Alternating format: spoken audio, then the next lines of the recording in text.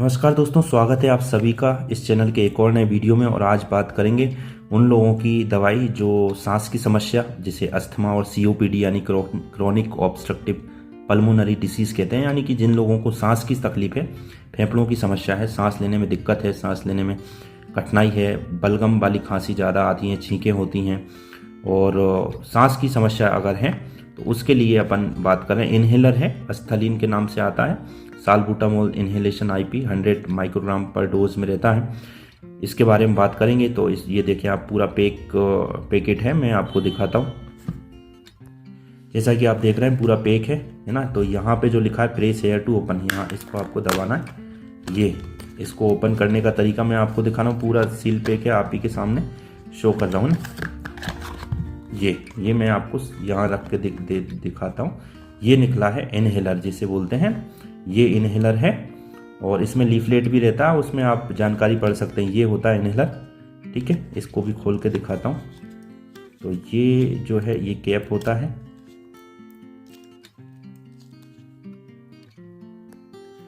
ये देखिए ना, ये कैप है, ये कैप है, ये निकाल दिया मैंने, ओपन कर दिया।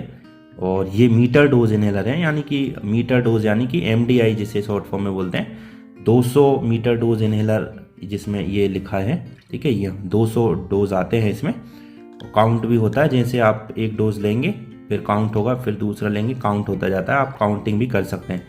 और मैं आपको पहले दिखाई देता हूँ पूरा प्रोडक्ट है ना, खोल के। ये होता है, ये देखिए आप है ना, अस्थलीन। ये सिलेंडर होता है, कनिस्तर बोलते हैं इसको ना, पास से दिखा सकता हूँ। साल्बुटामोल इन्हेलेशन आईपी है ना, 100 माइक्रोग्राम पर dose Asthalin inhaler, dose counter के साथ, यानी जो 200 मीटर डोज। पहले ही बात कर लेते हैं कुछ चीज़ों की, जो कि बाद में मैं इसको पैक कर लूँगा। ये देखो, डॉक्टर के पर्चे पे मिलने वाली दवाई है, पहली बात। दूसरा 176 रुपये, 177 रुपये मैक्सिमम मान सकते हैं, 177 रुपये कह सकते हैं, 176 रुपये का ये प्राइसिंग है इसकी। तो इतने में मिलता है, ठीक है। और ये कुछ सावधानियाँ भी लिखी हैं, ठीक है, और ये आप पढ़ सकते हैं। इसको स्टोरेज करने की विधि लिखी है, बच्चों से दूर रखना है और आइज़ यानी आँखों से में नहीं जाना चाहिए, आँखों से दूर रखना है। तो इसके बारे में अपन बात करते हैं। जैसे मैंने आपको बताया, विस्तार से बताऊंगा अस्थमा सीओपीडी होता क्या है। मैंने इससे पहले भी वीडियो बनाया है, वो भी आप चेकआउट कर सकते हैं। पर आज इन्हेलर की बात करें, जो कि तुरंत लाभ देता है, क्विक इफेक्ट देता है जिन लोगों को अस्थमा के दौरे पड़ते हैं उनके लिए। तो शुरू करते हैं, ठीक है। तो जैसे कि मैंने बताया अस्थमा सीओपीडी के में यूज़ होता है। मैं बताता हूँ अस्थमा और सीओपीडी के कारण। पहले तो बताएंगे कारण होता कैसे। अस्थमा की मैं बात करूं, अस्थमा जो है जेनेटिक्स आता है, यानी कि जो हमारी फैमिली हिस्ट्री है, अगर परिवार में किसी को माता पिता दादा दादी उनको रहा है तो बहुत संभव है कि परिवार में किसी भी व्यक्ति को आ सकता है। तो जेनेटिक एक कारण हो सकता है। अस्थमा की बात कर रहा हूँ। एलर्जी, यानी कि आप एलर्जेंस जो हैं, धूल, डस्ट, एयर पॉल्यूशन, किसी भी प्रकार से अगर एलर्जी है, प्रदूषण वाले क्षेत्र में काम करते हैं तो वहाँ से आ सकता है। सीओपीडी जिसकी मैंने आपको बात करी, क्रोनिक ऑब्स्ट्रक्टिव पल्मोनरी डिसीज, तो वो ज़्यादातर स्मोकिंग यानी धूम्रपान जो लोग करते हैं, सिगरेट या बीड़ी पीते हैं, और ऐसी जगह काम करते हैं जहाँ पे वायु प्रदूषण है, एयर पॉल्यूशन है, यानी ऐसी फैक्ट्री या कोयला फैक्ट्री, माइंस में, खदानों में अगर काम करते हैं, या धूल डस्ट वाले एरिया में या बाहर काम करते हैं, तो उन लोगों को सीओपीडी होता है, ठीक है। ये जो रोग होते हैं किसी भी उम्र में हो सकते हैं। पर अस्थमा की जो हम बात करें, अस्थमा जो है बच्चों और युवाओं में सबसे ज़्यादा होता है। और जो सीओपीडी है ना, पहले एक बार बोल दूं, बच्चों में अस्थमा जो है बच्चों और जो युवा यंग एज के लोग हैं उनमें अधिक होता है। और जो सीओपीडी है अधिकतर 40 वर्ष से ऊपर के जो लोग होते हैं उनको प्रभावित करता है, उनको अफेक्ट करता है, ठीक है।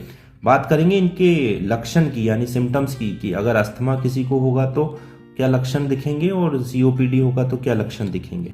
अस्थमा की अगर बात करें, अस्थमा का दौरा जब आता है व्यक्ति को, तो अस्थमा में जो है बलगम में जो है इंक्रीमेंट हो जाता है, जो खांसी आती है वो बलगम वाली आती है, ठीक है। सांस लेने में कठिनाई तो होती है, बलगम के साथ जो है जो गले में सूजन होगी उस व्यक्ति विशेष को, फेफड़ों में भारीपन यानी कि टाइटनेस या बहुत लगेगा फेफड़ों और छाती में, सीने में घरघराहट की आवाज़ आएगी जब व्यक्ति सांस लेगा ना, तो घरघराहट की आवाज़ आती है। अस्थमा के लक्षण बता रहा हूँ मैं आपको। खांसी लगातार आती है रात में और सुबह उठते समय, और सोते समय जैसे लेटते हैं व्यक्ति, सांस लेने में दिक्कत यानी कि डिफ़िकल्टी इन ब्रीदिंग, ठीक है। घरघराहट जो है, आवाज़ की हम बात करी, घरघराहट आएगी। और गर्दन और गले में जकड़न जैसा टाइटनेस लग सकता है। और चलने और बात करने में, बोलने में कठिनाई का अनुभव या एहसास अस्थमा वाले मरीजों को ये लक्षण हो सकते हैं, ठीक है। वहीं बात करें सीओपीडी, जिसको क्रोनिक ऑब्स्ट्रक्टिव पल्मोनरी डिसीज कहा मैंने, यानी कि पल्मोनरी यानी कि सांस से संबंधित डिसीज है। क्रोनिक की बात हो रही है, क्रोनिक यानी कि स्थिति बिगड़ चुकी है, सीवियर हो चुकी है। उसमें क्या लक्षण रहेंगे, तो सांस लेने में कठिनाई उसमें भी रहेगी, यानी सीओपीडी में भी सांस लेने में कठिनाई रहेगी। बलगम वाली खांसी उसमें भी रहेगी व्यक्ति को, है ना। कफ जो आएगा म्यूकस के साथ आएगा, थूक के साथ आएगा। 2 हफ्ते से अगर ज़्यादा खांसी होती है, पुरानी खांसी हो गई 2 से ज़्यादा हफ्ते की खांसी, तो बहुत संभव है कि वो सीओपीडी के लक्षण में आ सकता है। छाती में जकड़न, सीने में जलन, सांस लेने में घरघराहट, है ना, आवाज़ आती है। ये जो सिम्टम्स आप देख रहे होंगे कि एक दूसरे के बहुत ही सेम है, समान हो रहे हैं ना। तो और जो बार बार इन्फेक्शन होगा फेफड़ों में ना, तो फ्रिक्वेंट लंग इन्फेक्शन हो सकता है। तो ये अस्थमा सीओपीडी के मैंने लक्षण बताए। अब इस दवाई के बारे में जल्दी से आ जाता हूँ। दवाई की बात मैं आपको करूँ, साल्बुटामोल, इसमें जो दवाई है ना, ये दवाई साल्बुटामोल एक्टिव इंग्रेडिएंट है, ब्रोंको डायलेटर क्लास की दवाई है।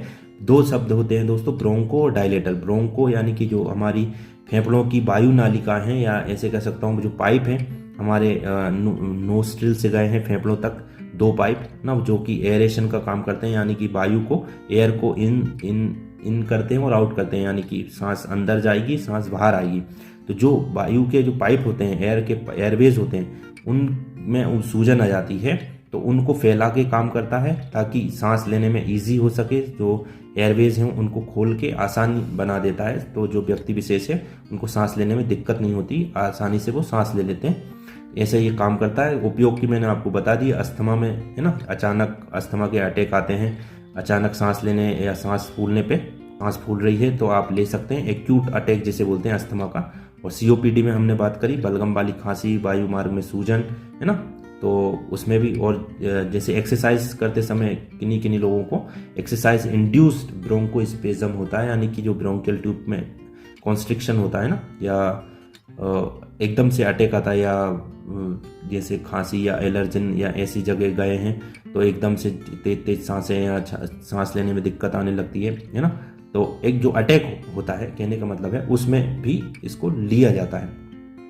डोज की हम बात करें तो डोज जो है, जैसे कि मैंने आपको बात करा, एक डोज में 100 माइक्रोग्राम दवाई जाती है, तो दिन में 1 से 2 बार, है ना, 2 बार, ज़्यादा नहीं देना चाहिए। अगर किसी को बार बार अटैक आते हैं तो वो जब अटैक आता है तब ले सकते हैं, या जब ऐसी फीलिंग लग रही है कि मुझे अब दिक्कत हो रही है तब वो ले सकते हैं। डॉक्टर से प्रिस्क्राइब करनी है, जैसे मैंने आपको पहले ही बता दिया इंट्रोडक्शन में कि दवाई शेड्यूल एच की है। लेने से पहले करना क्या है मैं आपको इसका बता भी देता हूँ, तो इन जो कैसे लेना रहता है। जैसे कि मैं आपको बात करूँ, इन्हेलर को अच्छे से हिला लेना है। जो इन्हेलर ये है, इसको शेक बेल बिफोर यूज, है ना। लेना कैसा है कि मुंह के पास रखना रहता है, मुंह के पास ये माउथ कैप, माउथ वाला जो भाग है, इसको मुंह में रखा जाता है। और जो व्यक्ति विशेष है सीधे बैठ जाए या सीधे खड़े हो जाए और गहरी सांस लेना है। दवाई लेने के बाद दवाई जो है ले ली आपने, लेने का तरीका भी मैं बता दूं तो बहुत सामान्य सा है, सरल सा है।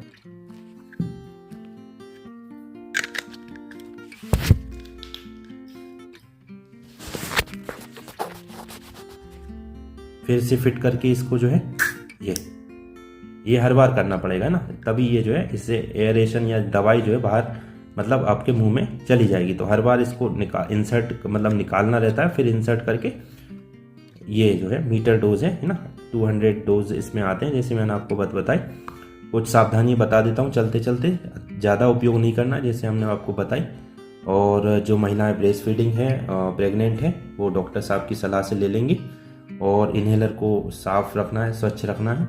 साइड इफ़ेक्ट होते हैं दोस्तों, क्योंकि सामान्य साइड इफ़ेक्ट सिरदर्द, हेडेक जिसे कहते हैं, घरघराहट या ट्रेमर्स या दिल की धड़कन बढ़ सकती है, तेज हो सकती है, पल्पिटेशन इंग्लिश में बोलते हैं। गंभीर यानी लंबे समय तक, क्योंकि ये जो चीज़ें हैं लंबे समय तक ही चलती हैं। और जो अस्थमा है वो जो है समय के साथ ठीक हो जाता है, पर जो सीओपीडी है ना, उसमें समय लग जाता है, वो वर्ष होता जाता है और गंदा हो जाता है, समय के साथ बिगड़ जाती है उसमें स्थिति। तो सांस लेने में कठिनाई हो सकती है, ऐसे अगर साइड इफ़ेक्ट दिखते हैं और एलर्जी होती है। तो जैसे हमने आपको बताई 176 रुपये का था आई थिंक, ये सिप्ला का प्रोडक्ट है, ठीक है, आप देख सकते हैं। तो ये थी कंप्लीट जानकारी। ये अस्थमा और COPD वाले जो दोस्त जो लोग हैं, भाई लोग हैं, उनके लिए ये सारी जानकारी मैंने आपको बता दी।